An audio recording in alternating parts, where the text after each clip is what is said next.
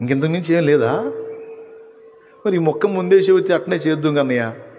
ఎంత సింపుల్గా ఉంది కదా. సింపుల్. దేవుణ్ణి ప్రేమించు, సాటి మనిషిని ప్రేమించు, అయిపోయింది. నిజంగా ప్రతి మనిషి ఈ రెండు పర్ఫెక్ట్గా చేస్తే భూమి మీద పాపానికి తావు ఉండదు. ఆయన మహామేధావి. ఎవరు? పైన కూర్చున్నాడు మామూలోడు కాదు, మహామేధావి. అన్నీ తీసుకొచ్చి ఈ 2 ఆజ్ఞల్లోనే జొప్పించి, పెద్ద లోడేం లేదు నాన్న, 2 నాన్న, సింపుల్. దేవుణ్ణి ప్రేమించు, పక్కవాడిని ప్రేమించు, అంతే, ఇంకేమొద్దు. ఇంకేమన్నా చెబితే అప్పుడు అడుగు నిన్ను, అంతే అన్నాడు.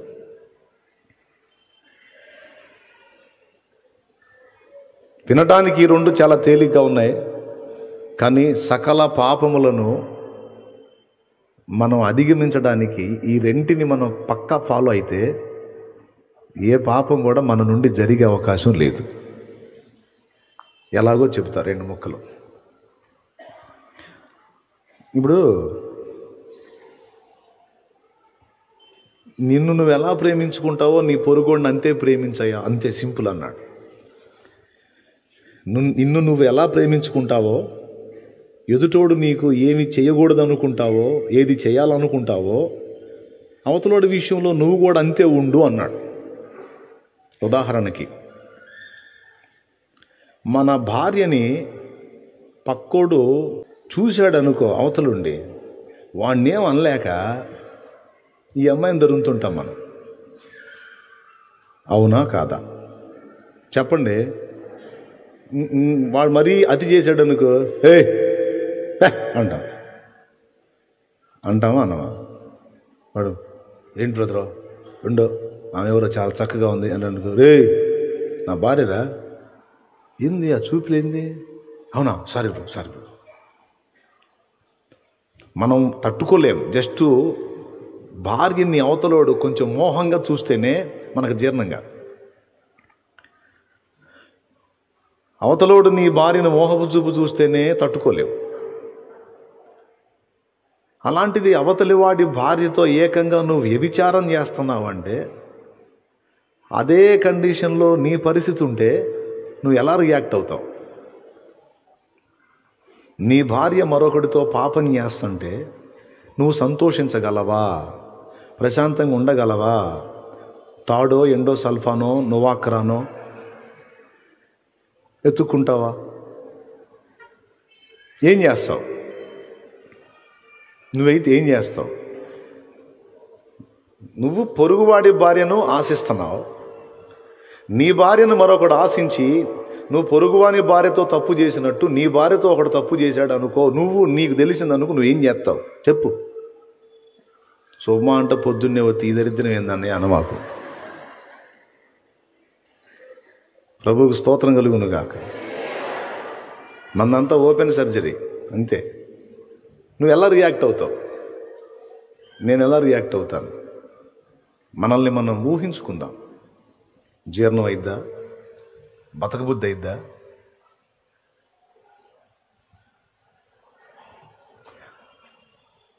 స్త్రీ అన్నా కొంచెం ఓర్పు ఎక్కువ. స్త్రీ అన్నా కొంచెం ఓర్పు ఎక్కువ. పురుషుల్లో ఎక్కువ మంది ఆత్మహత్యలకు కారణం ఏంటో తెలుసా? ఇదే. పురుషుల్లో చాలామంది వాళ్ళ ప్రాణాలు వాళ్ళే తీసుకోవడానికి కారణం ఏంటో తెలుసా? ఇదే. తట్టుకోలేడు. నా భార్య కలలో కూడా నేనే రావాలి. ఏ సినిమా హీరో రాకూడదు, ఏ పక్కింటోడు రాకూడదు, ఎవడు రాకూడదు. నిద్రలో ఆమె నిద్రపోయేటప్పుడు కలలో కూడా నేనే హీరో, నేనే రావాలి. పరాయి వాడిని ఘనపరిస్తే ఒప్పుకోడు. తన భార్య తననే ఘనపరచాలి. పక్కవాడి అందాన్ని పొగిడితే తట్టుకోలేడు. కొంతమంది ఆడవాళ్ళకి అది తెలియచావదులేండి, వాగుతూ ఉంటారు. భర్త ముందు మాట్లాడుతున్నానే, నేను ఘనపరచవలసిన వాని ముందు ఇంకొకరిని ఘనపరుస్తున్నానే, ఇది బుద్ధిహీనమైన పనే అనే సిగ్గు కొంతమంది లేడీస్కి తెలియదు. మిమ్మల్ని అంటలా, అట్టంటోళ్ళని అంటున్నాను నేను. తెలియదు కొంతమందికి. ఆయన చాలా చక్కగా ఉంటాడు కదా, అసలు ఆయన ముక్కు భలే బాగుంటుంది కదా. ఎవరితో? భర్తతో. ఆయన మూతి భలే బాగుంటుంది కదా, ఆయన చాలా పొడుగ్గా ఉన్నాడు కదా, ఆయన చాలా అసలు షేపు పైనుంచి కింద దాకా సూపర్ ఉంటాడు కదా. ఓపెన్ అయ్యే అవకాశం ఉన్న భర్త అనుకో, ఖచ్చితంగా రియాక్ట్ అవుతాడు. నీకు లోకులందరూ బాగుంటారే, నీకు లోకులందరూ బాగుంటారు, నేను నీకు దరిద్రంగా కనపడేది అంటాడు. అయ్యో కాదండి అని మళ్ళీ ఇప్పుడు దానికి పేస్ట్ పూసుకోవటానికి 24 ఎత్తుక్కోవాలి. అవునా? అదే కొంచెం ఇంట్లో ఆమె గవర్నమెంటే అనుకో, ఏమో అవతలని పొగుడుతూ ఉంటే అవునవును నిజమే కాదు బాగానే ఉంటాడులే అంటాడు, లోపలేమో చండాలంగా తిట్టుకుంటుంటాడు. తెలివి తక్కువ భార్యలు పరపురుషుల్ని పొగుడుతారు, కానీ ఎక్కువ శాతం జ్ఞానవంతురాండ్రైన స్త్రీలు పక్కవాడిని గనపరచరు, తన భర్త ముందు వివేకంగా ప్రవర్తిస్తారు. బుద్ధి కలిగిన స్త్రీ అవతలవాడు ఎంత సుందరంగానన్నా ఉండని, నా భర్తకు మించిన అందగాడు లేడు అని ఫిక్స్ అయిపోతుంది. అది స్త్రీలలోనున్న ఒకడు పురుషుడు గడ్డి తింటుంటే ఓర్చుకునే స్వభావం ఉంటుందేమో కానీ మగవాడు తట్టుకోలేడు. ఖచ్చితంగా ఎండో సల్ఫానో వాకరన్న దేవులాడుకుంటాడు, పొలంలో పోతాడు, కనపడ్డాడు వాడు నమ్మకస్తుని తీసుకుంటాడు, తాగనన్నా తాగుతాడు, లేకపోతే వాడికి చెప్పుకొని ఏడవనన్నా ఏడుతాడు, ఆ మందు షాప్ కన్నా పోతాడు, లేకపోతే ఇంకో మందు షాప్ కన్నా పోతాడు. ఒక మంది ఏమో వెంటనే సాగు కొట్టిద్ది, ఒక మంది ఏమో క్రమక్రమంగా చంపిద్ది. ఎండో సల్ఫాన్ నోవాక్రాను పురుగు మందు కూడా లివర్ మీదే పనిచేసిద్ది, ఈ మందు కూడా లివర్ మీదే పనిచేసిద్ది, కానీ కొంచెం నిదానంగా.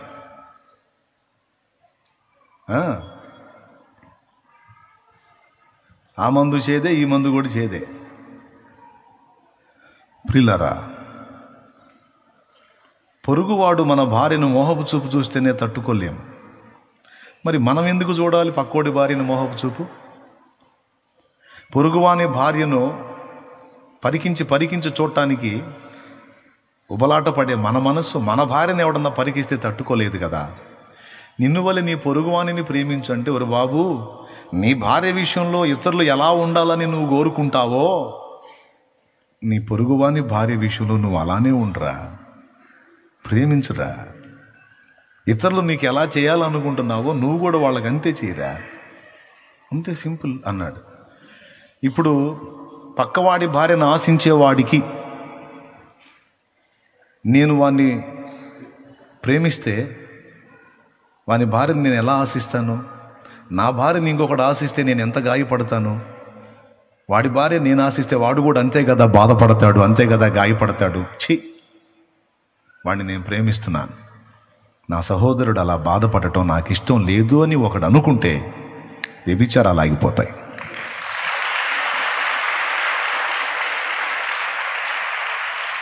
అవునా కాదా? ఎంతమందికి అర్థమైంది? ఆగిపోతాయి. పక్కోడిని ప్రేమించు నాన్న, ఫస్ట్ దేవుణ్ణి ప్రేమించు, పక్కోడిని ప్రేమించు అంటే ఆగిపోతాయి. లంచం, నా దగ్గర ఎవడైనా లంచం తీసుకుంటే నా గుండె ఎంత బాధపడిద్ది.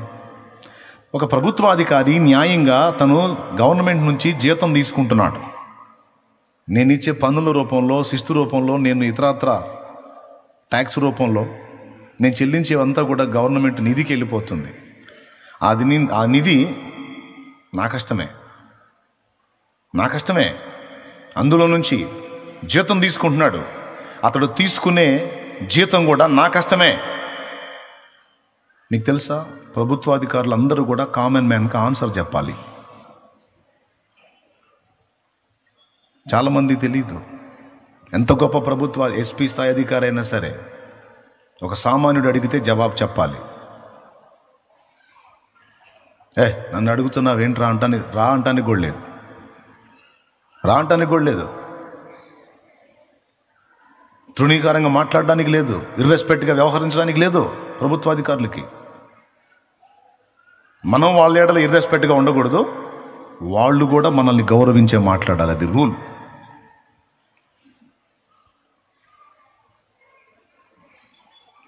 ఒక గవర్నమెంట్ అధికారి ఒకడి దగ్గర లంచం తీసుకునేవాడు లంచం తీసుకునేటప్పుడు ఈ ఆలోచన చేస్తే, నేను ఎదుటోడికి లంచం ఇవ్వాల్సి వస్తే నా మనసు ఎంత బాధపడింది. న్యాయంగా ప్రభుత్వం వాళ్ళకి డబ్బులు ఇస్తుంది, జీతం ఇస్తుంది, ఆ జీతం తీసుకొని కూడా నాకు చేసి పెట్టాల్సిన పని విషయంలో, న్యాయంగా నాకు చేసి పెట్టాల్సినటువంటి పని విషయంలో నాకు చేయకుండా నా నుంచి మళ్ళీ ప్రతిఫలం, ఒక ప్రైవేట్ ఆఫీసర్ లాగా ప్రతిఫలాన్ని ఆశిస్తే ఇది ఎంతవరకు న్యాయం అని అవతల వాడు అనుకునే అవకాశం ఉంది కదా. ఒకడు నా దగ్గర లంచం ఆశిస్తే నేను ఎలా ఫీల్ అవుతానో, ఒకటి దగ్గర నేను లంచం ఆశించినప్పుడు వాడు అంతే ఫీల్ అవుతాడు కదా. ఛీ, వద్దు. నేను నా సహోదరుణ్ణి ప్రేమిస్తున్నాను.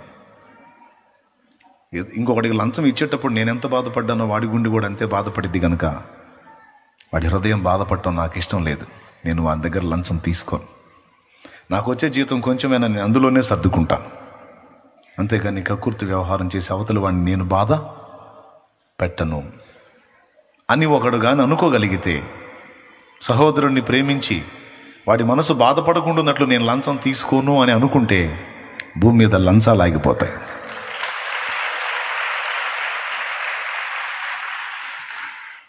ఇదంతా ఎక్కడుంది? సహోదరుణ్ణి ప్రేమిస్తే. నా పొలం ఒక గజం అవతలోడు జరిగితే నా మనసుకి ఎంత బాధగా ఉంటుంది. మరి అవతలోడి పొలంలో ఒక గజం నేను జరిగితే వాడెంత ఏడుస్తాడు అనే ఇంగితం అర్థమైతే ఒక అడుగు మంది వదిలిపెడతాం, కానీ ఒక అడుగు వాడి తీసుకోవడానికి ఇష్టపడడం. ఎందుకంటే ఆ ఫీలింగ్ మనకు అర్థమైతే. మాటలైతే చెబుతాం, కానీ లాగేసేటప్పుడు మాత్రం ఏ ఫీలింగ్ లేకుండా లాగేస్తాం. ఎందుకంటే ఎవడెట్ట సస్తే మనకెందుకు, ఎవడెట్టబోతే మనకెందుకు, మనం బాగుండాలి, మన ఫ్యామిలీ బాగుండాలి. ఎవరి కాళ్ళు ఇలా అనుకొని ఎవడెట్టనన్నా పోని నాకు అనవసరం, నేను బాగుండాలి, నా ఫ్యామిలీ బాగుండాలి అనుకున్న బట్టే తనను తాను, తన కుటుంబాన్ని తాను ప్రేమించుకుంటున్నందున ఇంత దరిద్రం ఉంది ఈరోజు ప్రపంచంలో. అరే నాదొక అడుగు పోతేనే నేను ఏడిచ్చేస్తానే, అవతలోడిది గజం గట్లు జరిపానే నేను, వాడెంత ఏడుస్తాడు. 200 అడుగు పొడవు మీద ఒక గజం జరిగితే ఎన్ని సెంట్లు పోయిద్ది. నా సొమ్ములాగా వాడిది సొమ్ము కాదా, నా వస్తువులాగా వాడిది వస్తువు కాదా, నా భూమిలాగా వాడిది భూమి కాదా. అవసరమైతే నాది పోగొట్టుకుంటా, నేను వాడిని ప్రేమిస్తున్నా, అవసరం అదొక అడుగు ఇస్తా, కానీ నేను మాత్రం కక్కుర్తి పడను, నాకొద్దు.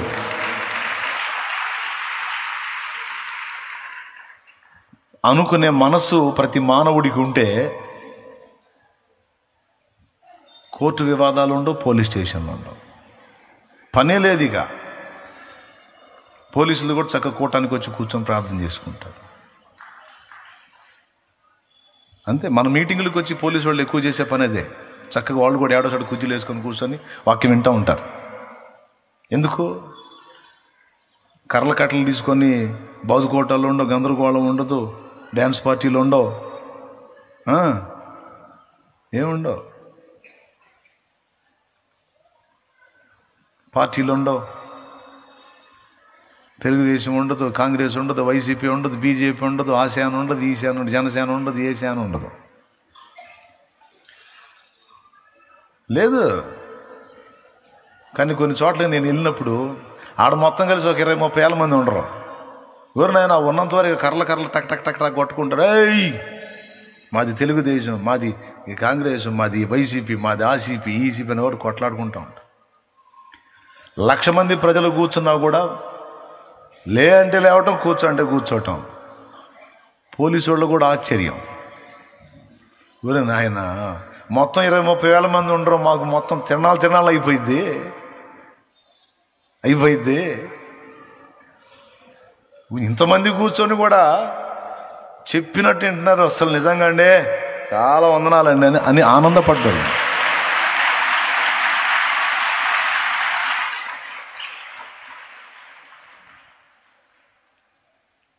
ఒకటిది నేను ఎందుకు ఆక్రమించాలి? అవసరమైతే నాది ఒకటి ఇస్తాను, నేను తీసుకోను. ఎందుకంటే నా వస్తువు పోతే నేను ఎంత బాధపడతానో వాడు వస్తువు పోతే వాడు కూడా అంతే బాధపడతాడుగా. అంటే ఈ పొలాల గట్లు జరగటమే కాదు, దొంగతనాలు కూడా ఉండవు. జేబులో పర్సు పోయిందనుకో ఎంత ఫీల్ అవుతామండి. మన పర్సు పోతే, పక్కోడి పర్సు మనం కొట్టేస్తే వాడంతే ఫీల్ అవుతాడు. సో అవతలి వాడి ఫీలింగ్స్లోకి వెళ్ళి వాడి పరిస్థితులను అనుభవించే మంచి మనసు మనకుంటే ఈ భూమి ఒక పరలోకంలాగా మారిపోయింది.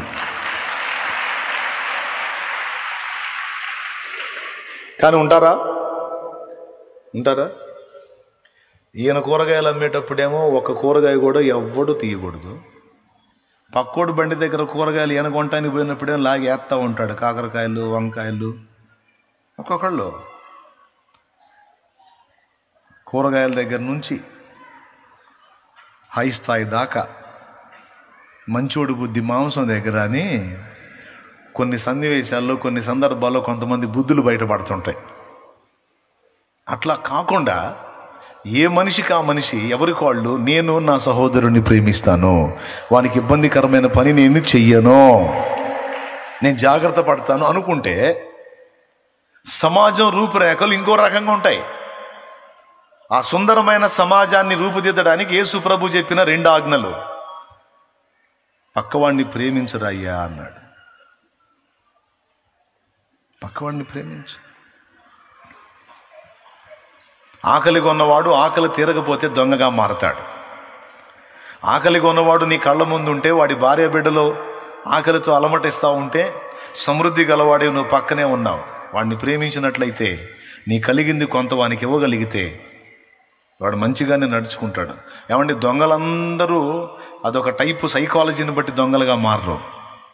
వ్యభిచారులందరూ ఆ శరీర ఏమంటారు దాన్ని, మదంతో వ్యభిచారులు గారు. కూటికి లేక ఒకడు దొంగగా మారే అవకాశం ఉంటుంది. పిల్లలకి అన్నం పెట్టుకునే స్థితి లేక భర్త చనిపోయి ఆదరణ లేక ఏకాకై ఒంటరి 3-4 పిల్లల్ని బ్రతికించుకోవాలి. ఏ రోజుకి ఆ రోజు ఆహారం తేవాలి. అమ్మ అన్నం నిలవరమైన నివాసం లేదు. అద్దె ఇంట ఇల్లు అద్దె కట్టుకోవాలి. నెలకు వచ్చేటప్పటికి వాళ్ళు బెదిరిస్తుంటారు. ఏంది అద్దె ఇవ్వలేదేంది, సామాను బయట ఏమంటా ఉంటారు. అద్దె కట్టుకోవాలి, కరెంటు బిల్లు కట్టుకోవాలి, పాల బిల్లు కట్టుకోవాలి, పిల్లలకి రైసు అంతా ఏర్పాటు చేసుకోవాలి, స్కూల్ ఫీజులు కట్టాలి. ఒక్కతే ఆడది. ఏం చేయాలి? వ్యభిచారం చేసే ప్రతి ఒక్కరూ కోవెక్కి చేయరు. కొంతమంది గతి లేక నీతి గల్ల ఆడమనిషి అయి ఉండి కూడా, నిజాయితీ గల్ల ఆడమనిషి అయి ఉండి కూడా, యథార్థవంతురాలైన ఆడమనిషి అయి ఉండి కూడా, తప్పుకు తల వంచే మనసు లేని రోషం కలిగిన ఆడదై ఉండి కూడా గతి లేక, గత్యంతరం లేక పిల్లల ముఖాలు చూసి పిల్లలు బావురుమంటారని మనస్సాక్షిని చంపుకొని తల దించే ఆడవాళ్ళను కూడా కొంతమందిని నేను చూశాను. ప్రియులారా, ఒక మనిషి తేడా పడింది అనగానే వెంటనే విషపు కళ్ళతో విషాన్ని వెళ్ళగక్కటం అనేది ఈరోజు అందరికీ సర్వసాధారణం అయిపోయింది. కొద్దిగా తేడా పడితే చాలు వెంటనే పనిగట్టుకొని భూతద్దాలేసి చూసి కన్ఫామ్ తేడా పడింది, అదిగో వస్తున్నాడుగా వాడు, అదిగో పోతున్నాడుగా, కుక్క కాపలాలు కాసి ఆ మనిషిని దొరకబుచ్చుకొని అందరికీ ప్రచారం చేసి నలుగురిలో నవ్వులు పాలు చేయటానికి తపన పడతారు. పనివయ్యా అనిపోతే నాకేంటి అంటాడు వాడు. పనివయ్య అంటే తప్పకుండా ఇస్తా, నీలాంటి దానికి ఇవ్వకపోతే ఇంకెవరికి ఇవ్వాలి? తప్పకుండా. ఎప్పుడు జాయిన్ అవుతావు? నీ బాధ్యతలన్నీ చూసుకుంటా, అప్పుడప్పుడు ఇంటికి వచ్చి వెళ్తుంటా. లేరా? చెప్పండి. నేను అంటున్నానా? సమాజమా? నాకేంటి? మరి ఇప్పుడు ఏం చేయాలా? ఎలా బతకాలా? ఎలా బతికించుకోవాలా?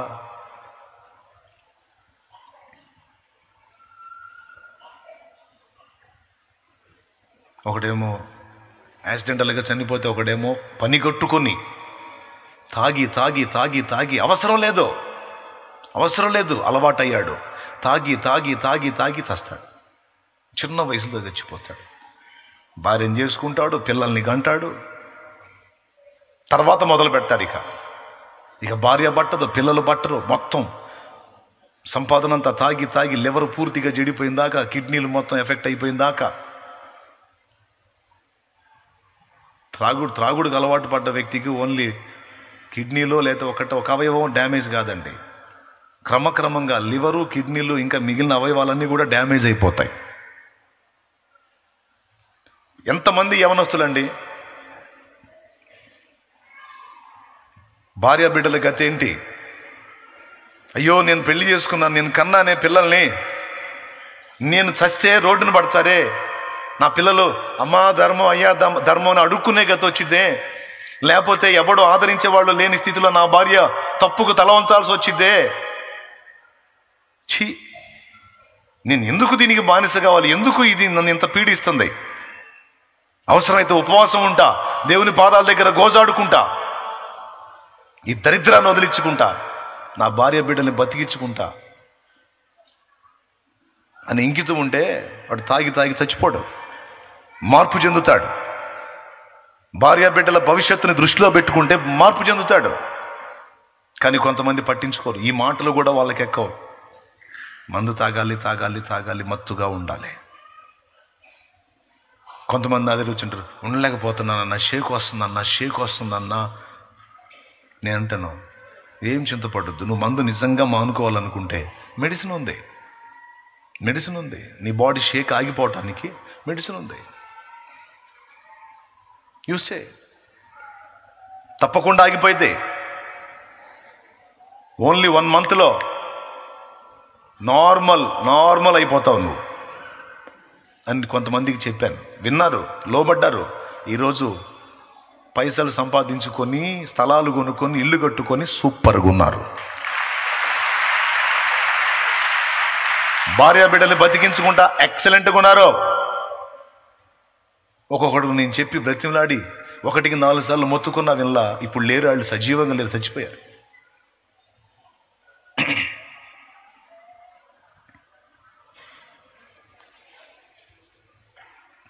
ఎందుకు ఆడపిల్లగా గతి పట్టింది? చుట్టూ ఉన్న సమాజం తలో చేయేసి ఆ బిడ్డను ఆదుకోగలిగితే పాపానికి తలంచదుగా. కానీ సమాజం పట్టించుకుంటుందా? అయ్యో పలానా అమ్మాయికి పాపం 3 పిల్లలు, ఇంట్లో లేదు, మనకుంది కదా, కొంత తీసుకెళ్ళిద్దామా, తినరా, జాగ్రత్తగా ఉండమ్మా అనగలిగితే ఆ అమ్మాయి తప్పు చేయాల్సిన అవసరం లేదు. కానీ సమాజం అలా సపోర్ట్ చేసిద్దా?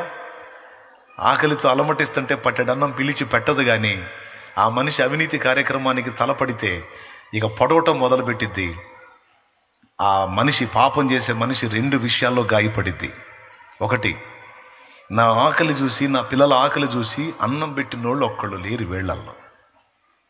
నన్ను ఆదుకున్న వ్యక్తులు ఒక్కళ్ళు లేరు. లేకపోగా నా కడుపుకి, నా పిల్లల కడుపుకి నేను తలొంచితే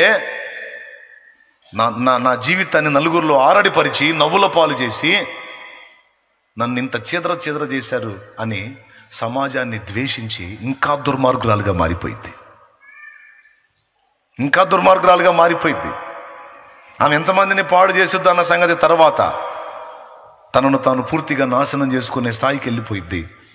తనకు అవకాశమైనంత వరకు ఎదుటి వాళ్ళను కూడా ఎఫెక్ట్ చేయడానికి మారిపోయింది. ఇక సమాజం మీద కనికరం చూపదు. ఏం చేసింది నాకు సమాజం? నా ఆకలికి అన్నం పెట్టిందా? నా తప్పును క్షమించిందా? నేనెందుకురా ఈ సమాజాన్ని క్షమించాలి అని? దేవుడు చెక్కిన శిల్పాలు కొన్ని, అమ్మ చెక్కిన శిల్పాలు, మనుషులు చెక్కిన శిల్పాలు కొన్ని, సమాజం చెక్కిన శిల్పాలు కొన్ని ఉన్నాయండి. సమాజం చెక్కిన శిల్పాలు కూడా కొన్ని ఉన్నాయి. దుర్మార్గపు క్రియలు చేసి, దుర్మార్గపు ప్రచారాలు చేసి కొంతమంది దుర్మార్గుల్ని సమాజమే చెక్కింది. ఎంతమందికి అర్థమవుతుంది నేను చెప్పేది? కనికరం లేకుండా, జాలి లేకుండా, దయ లేకుండా, మమత లేకుండా, స్వార్థం స్వార్థం స్వార్థం స్వార్థం, నేనుండాలి, నేను తినాలి, నేను బాగుండాలి, ఎదుటోడు ఏమన్నా అయిపోని నాకు అనవసరం. అని ప్రేమ లేకుండా తనను తాను ప్రేమించుకునే ఆ నీచ స్వభావంలో మనిషి ఉన్నందున ఈరోజు మానవ జాతి మీద ఇంత దరిద్రం ఏలుబడి చేస్తుంది. రాజకీయ నాయకుల దగ్గర నుంచి కింది స్థాయి అధికారి వరకు అందరూ నేను అనను కానీ కొందరు స్వార్థం స్వార్థం స్వార్థం స్వార్థం స్వార్థం